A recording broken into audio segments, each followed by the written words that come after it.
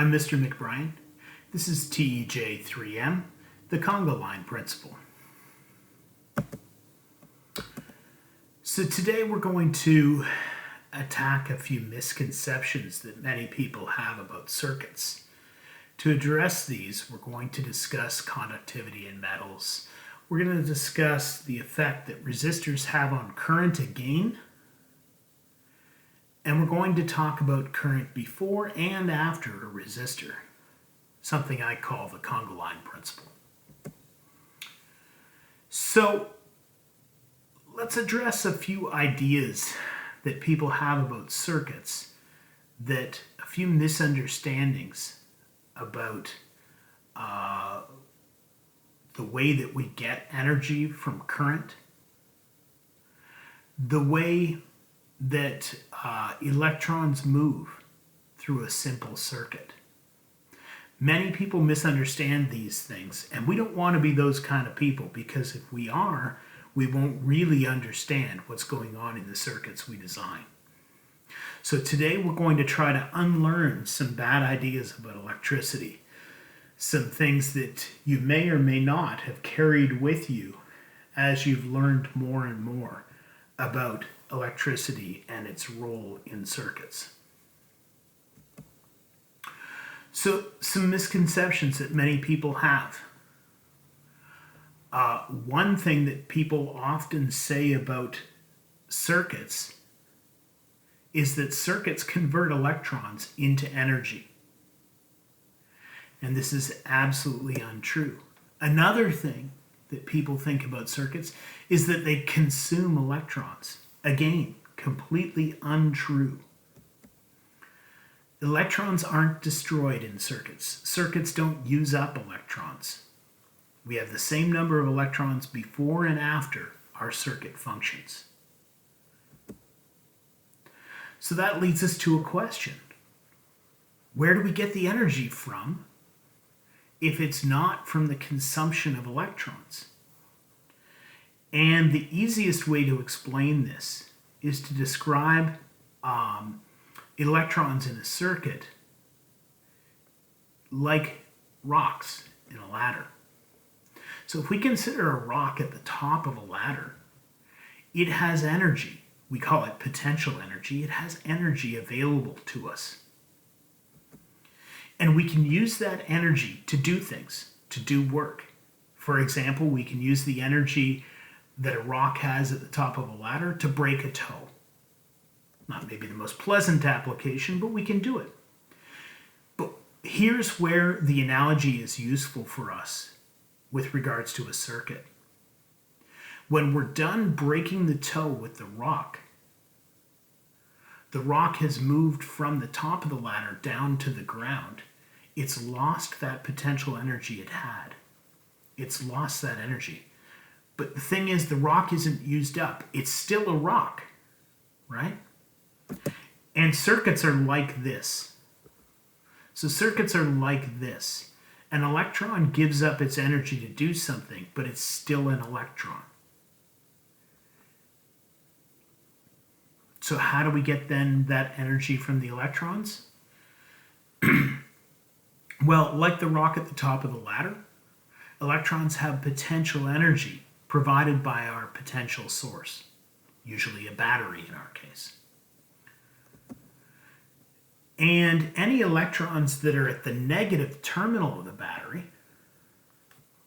well, those electrons have lots of potential energy. Any electrons that are located at the positive terminal of the battery have lost that potential energy. They have zero potential energy. So the electrons give up the energy as they move through the circuit. And this is the energy that powers the devices that we make as part of our circuits. So what's all this mean? It means electrons are not consumed by our circuits. Electrons move from the negative terminal to the positive terminal as the circuit functions, but they're not consumed. Instead, they lose energy as they go. Now here's another misconception that many people have about our circuits. When they describe what happens when an electron goes through a resistor, they talk about the electrons starting out fast and slowing down as they go through the resistor. And in fact, that's completely untrue. Electrons all move at the same speed in a simple circuit. Now that might make you a little bit uncomfortable. Didn't I tell you that resistors slow down the speed of electrons? Didn't we do experiments that proved this was the case? In fact, we did. And resistors do slow down the speed of electrons. Okay? But resistors slow down the electron flow all the way throughout the circuit. If they didn't, think about what we would have. So we now know that electrons don't get consumed in a circuit. We know all of the electrons that start at the battery have to go back to the battery, right? So if the electrons moved quickly towards the resistor and then slowed down afterwards, well, they all bunch up like cars in a traffic jam. And you'd have electrons accumulating in your circuit. And the fact of the matter is that electrons only accumulate in very specific, very special kinds of circuits that we'll in fact discuss later in this course. But our simple series circuits have no accumulation of electrons anywhere.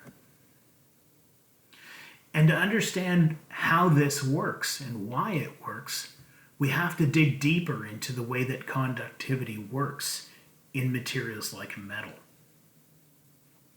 So this is a little cartoon of a lot of copper atoms that might be arranged into a wire.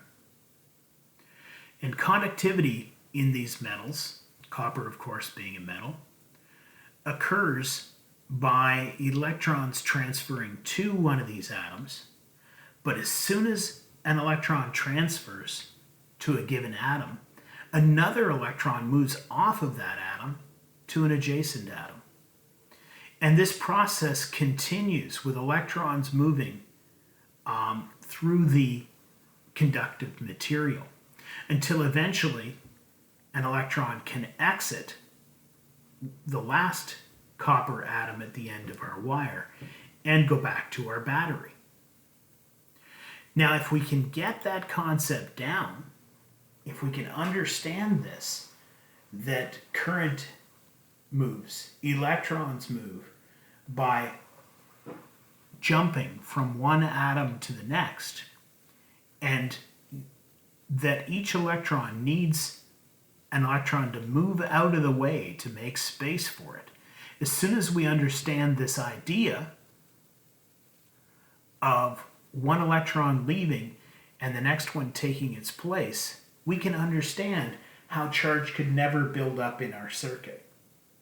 We can't accumulate large amounts of electricity anywhere in our simple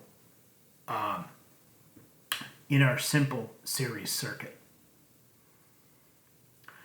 But all this means that in order for an electron to go from the battery onto our wire, we need a different electron to move off of our wire onto the positive terminal of the battery. And all of conductivity works in this way. So I like to call this the Conga line principle, where electrons all move essentially touching each other, and one electron has to move forward so that the other one can take its place, and that one has to move forward so that the other one can take its place, and so on and so on. So what does all this mean? It means that the current in a simple circuit is the same at any point. No part of our Conga line can go faster than any other part of the Conga line, or we will see an accumulation of electrons, which is something that can't occur. So if we want to go back to our schematics and look at this in terms of diagrams that we are used to, we can say that the overall current in our circuit, I, leaving the battery, is equal to the current before resistor 1, the current after resistor 1, and if I want to add this in, that's also equal to the current after resistor 2 that goes back into the battery. So in mathematical terms, the overall current of the circuit is equal to the current in node 1, which is equal to the current in node 2, and equal to the current in node 3. In fact, the current is the same all the way through. And if we were to put an ammeter in each of these locations, we would see the same value for each one.